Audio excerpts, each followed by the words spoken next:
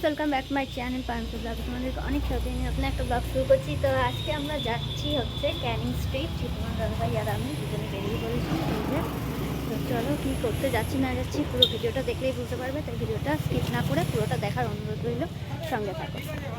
তো আমরা আগরপাড়া থেকে এখানে ট্রেনে উঠে পড়েছি। আমরা নামবো শিয়ালদা স্টেশনে। তো শিয়ালদায় নেমে তারপর শিয়ালদা থেকে বাইরের দিকটা বেরিয়ে দেখবে পরপর সব অটো দাঁড় করানো রয়েছে। এখানেই হচ্ছে অটো স্ট্যান্ড।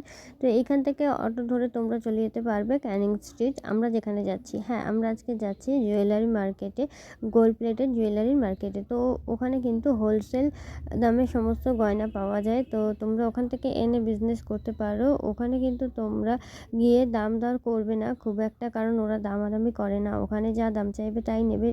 হোলসেল প্রাইসে কিন্তু ওখানে সমস্ত কিছু তোমরা পেয়ে যাবে, সুতরাং ওখানে গিয়ে কোনো রকম বার্গেনিং করতে পারবে না। আর তোমরা বাড়ি থেকে যাওয়ার আগে কয়েকটা ইউটিউবে ভিডিও সার্চ করে দেখে যাবে যে ওখানে প্রোডাক্টের কীরকম কী দাম আছে। তাহলে কিন্তু তোমাদের কাছ থেকে ওরা বেশি দাম নিতে পারবে না, তোমরা বলতে পারবে যে এটার এই দাম। তো আমরা চলে এসেছি, দেখো অটো থেকে এখানে নেমেছি। এই যে চার্চের অপোজিট গলিটাতেই আমাদের যেতে হবে। তো এখানে আমরা নেমে পড়েছি। এখন আমরা এই অপোজিট গলিতে ঢুকে যাবো। এই যে চার্চের অপোজিট গলিতেই দেখো এখানে সেঞ্চুরি গিফট হাউস আছে, এবং এই গিফট হাউসের পরপর দেখো পরপর আর কি জুয়েলারির দোকান। তো এই গলিটাতেই আমরা এখন যাব। তো এখান থেকেই মার্কেট কিন্তু শুরু হচ্ছে। তোমরা দেখতেই পাচ্ছ এখানে কত ধরনের জিনিস রয়েছে। এখানে কিন্তু তোমরা সিঙ্গেল পিস নিতে পারবে না সব দোকানে, তবে তোমাদের ঘুরে দেখে নিতে হবে। কিছু কিছু দোকানে সিঙ্গেল পিস দিয়ে থাকে, বাকি দোকানে কিন্তু ডজন হিসাবে নিতে হয়। তো সেই হিসাবেই ওরা দামটা ফেলে। তো চলো সঙ্গে থাকো। তো চলে এসেছি গোল্ডেন জুয়েলারি মার্কেটে ক্যানিং স্ট্রিট। তোমাদেরকে অ্যাড্রেস দেখিয়ে দিয়েছি, কোথা থেকে কীভাবে আসতে হবে পুরোটাই তোমাদের সাথে শেয়ার করেছি। তো মার্কেটে ঢুকে পড়েছি, দেখতেই পাচ্ছ পেছনে পরপর কত দোকান রয়েছে। তো প্রচণ্ড খিদে পেয়ে গেছে, আর দোকান থেকে কনফিউজ হয়ে গেছে। তো মাথাও ঘুরে গেছে অলরেডি দেখে। তো কী কিনবো এখন অব্দি ঠিক করে উঠতে পারিনি। দোকান কিনবো, দেখবো, তবে কিনবো। তো আগে কিছু খেয়ে নেবো। তো চলো কিছু খেয়ে নিই, পরে আসবো।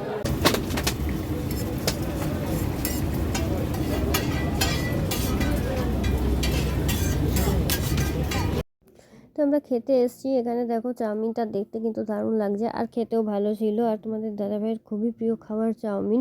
তো পাশেই ছিল কচুরির দোকান, তো আমরা কচুরি খাইনি। তো বললাম যে চাউমিনই খাই চলো, তাই চাউমিন খেয়ে নিই। তো দেখো আবার আমরা খেয়ে দিয়ে মার্কেটে চলে এসেছি। এবার চলো দোকানগুলো ভালো করে একটুখানি ঘুরে দেখে নিই, তারপরেই কেনাকাটি শুরু করব। তো ফাইনালি এই দোকানটা থেকেই আমরা নিচ্ছি জিনিসগুলো, আর সত্যিই খুব সুন্দর ছিল। তোমরা দেখো এতগুলো আমার সিলেক্ট করা হয়ে গেছে, কিন্তু আরও এখন ইয়াররিং দেখছি। দেখি পছন্দ করি, অনেকগুলো নিয়েছি। এখন কানের দুল দেখছি। অতগুলো তো অর্ডার নেই, একটা করে অর্ডার আছে, একটা করে রাখবে এক্সট্রা। আবার এক্সট্রা অত পয়সা এটা দেখুন না, নিয়েছি না, অত পয়সা নেই। তিনটে অর্ডার আছে, যদি রাখেন হাত ফাঁকা করেন না, রাখেন না ট্রের মধ্যে। হ্যাঁ ভালো করে দেখেন। টাকা ব্যাংকে রাখলে কি লাভ আছে? সব টাকা আমাকে দাও। না না এত কিছু তো দিলাম। এই বক্সটা নিয়ে দেবে ওটা। দু পিসের মধ্যে পুরো কি চাই?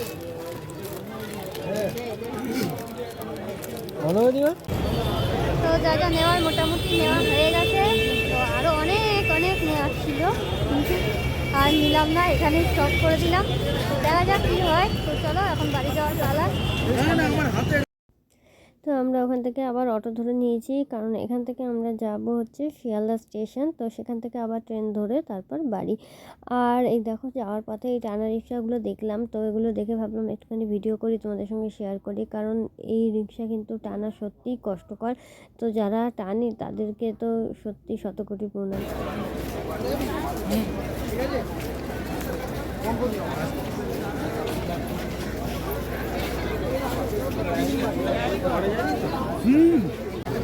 তো চলে এসেছি শিয়ালদা স্টেশনে। এখন এখান থেকে ট্রেন ধরবো, বাড়ি যাবো। আমাদের রিটার্ন টিকিট কাটাই আছে, অসুবিধা হবে না।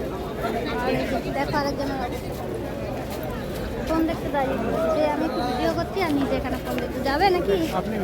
চলো তো চলো, প্রচণ্ড ভিড়। দেখি একটু লেবু টেবু পেলে নিয়ে নেবো, পাতি লেবু, আমলকি যদি কিছু পাই তাহলে নেবো, নিয়ে তারপর বাড়ি যাবো।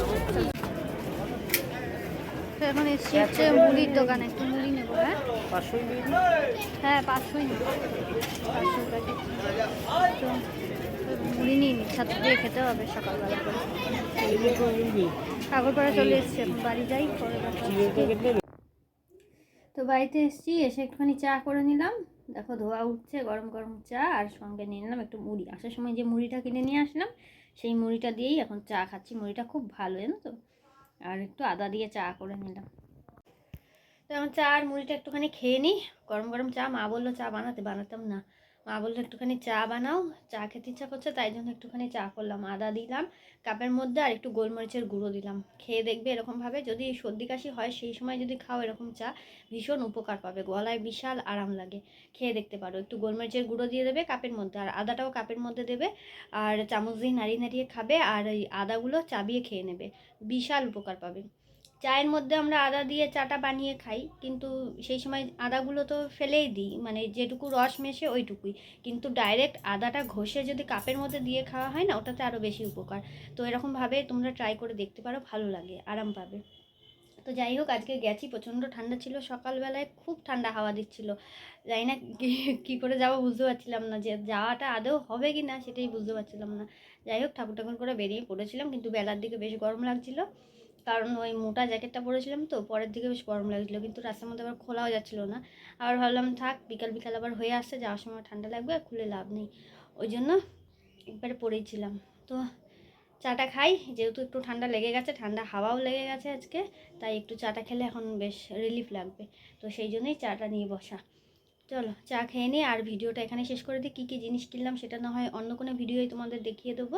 আজকের মতো ব্লগটা এখানে শেষ করি। ভালো লাগলে অবশ্যই লাইক কমেন্ট শেয়ার করবে, আর যারা চ্যানেলটা সাবস্ক্রাইব করেনি প্লিজ সাবস্ক্রাইব করে আমার পাশে থাকবে।